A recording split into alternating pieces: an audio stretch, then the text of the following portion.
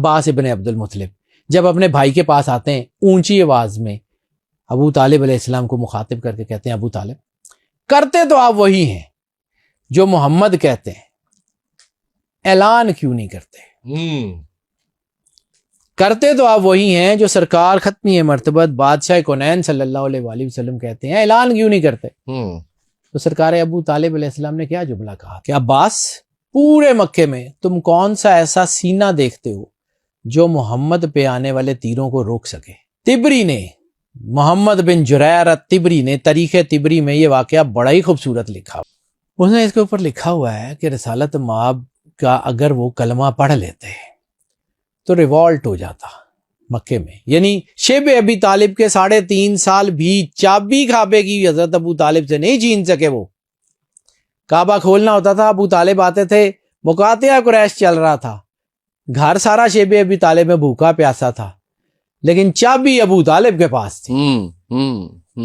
چابی چھین لیتے، ریوالٹ ہو جاتا اور مسئلے ہو جاتے۔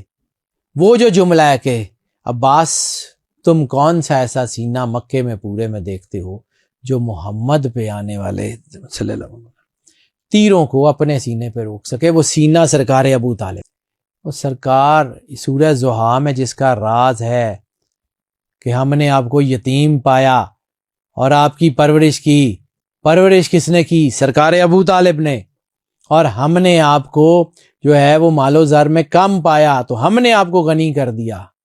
کرنے والا کون؟ اللہ جو کل کارساز ہے، بے شک۔ اور کس کے لیے کر رہا ہے؟ جس کے لیے اس نے کائنات بنائی، لولا لما خلقت الافلاق کے تاجدار کے لیے، تو اللہ اتنا سا کرے گا؟ وہ اس لیے جب میں بی بی پاک خدیجۃ الکبریٰ سلام اللہ علیہا کی دولت کی بات کرتا ہوں نا، تو کسی کو فرعون کی دولت سے مسئلہ نہیں ہوتا، نمرود کی دولت سے مسئلہ نہیں ہوتا، قارون کی دولت سے مسئلہ نہیں ہوتا، بی بی کی دولت سے فوراً مسئلہ ہوتا ہے۔ ہمارے بھی بڑے کمنٹس آئے ہیں بی بی کی دولت سے فوراً ایک کس طرح ہو سکتا ہے جی؟ وہ اللہ دے رہا ہے بھائی، رسالت مآب کو دے رہا ہے، اور قرآن میں نص دے رہا ہے کہ آپ کو غنی کر دیا، صرف آپ کو نہیں آپ کی نسلوں کو غنی کر دیا۔ وہ ہم تو مطلب جو ہے نا وہ محبت میں وارفتگی میں ایسی باتیں کر جاتے ہیں کہ جی وہ ان کے گھر میں تو روٹی نہیں تھی، بوریا نہیں تھا، وہ کائنات کا امیر ترین گھر تھا، کائنات کا امیر ترین گھر تھا۔ سرکار ختمی مرتبت بادشاہ کونین کے گھر سے پورے مکے کو روٹی جاتی تھی، پورا مدینہ ان کے دسترخوان سے روٹی کھاتا تھا، کو کسی فیکٹریوں سے پیسے آتے تھے، سمجھ ہی نہیں سکے۔ بی بی پاک سین اور مولا ابو طالب علیہ السلام، یہ دو ایسے قلعے ہیں جو اللہ نے اس وقت تک رسالت مآب کے ساتھ لگا کے رکھے ہیں جب تک اسلام اتنا طاقتور نہیں ہو گیا کہ اب اس کو کچھ نہیں ہوگا، ورنہ اسلام کو تو اس وقت آبیاری کے قریب ہی اکھاڑ پھینکتے۔ یہ سرکار ابو طالب کی مہربانی ہے جو آج کلمہ پڑھ رہے ہیں ہم تو۔ ام المومنین پاک سین سیدہ کی بات کر رہا ہوں جن کی دولت کی وجہ سے اسلام آج ہے۔ واہ واہ کیا بات ہے کہ شام تک رسالت مآب کی جوتی کا صدقہ کر کے سینکڑوں ہزاروں کلو سونا بانٹ دیتی تھی کہ جاؤ۔ ساری ضد یہ ہے کہ ابو طالب نے کلمہ نہیں پڑھا، بس اتنی سی بات پر ضد ہو رہی ہے کہ ابو طالب نے کلمہ نہیں پڑھا، تو اب ثبوت دوں۔ بھائی بہت توجہ رکھیے گا، بہت توجہ رکھیے گا، اب ثبوت دوں۔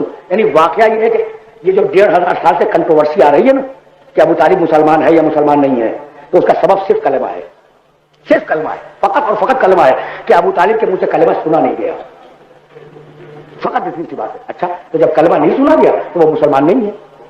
اب جائیں دنیا میں جتنی بھی سیرت النبی کی کتابیں ملیں، جتنی اردو زبان میں ملے، عربی میں ملے، فارسی میں ملے، یعنی تفصیلی، ان سب میں واقعہ دیکھیے، مکی زندگی ہے، پیغمبر پریشان ہے، مشرک انہیں بار بار پریشان کر رہا ہے،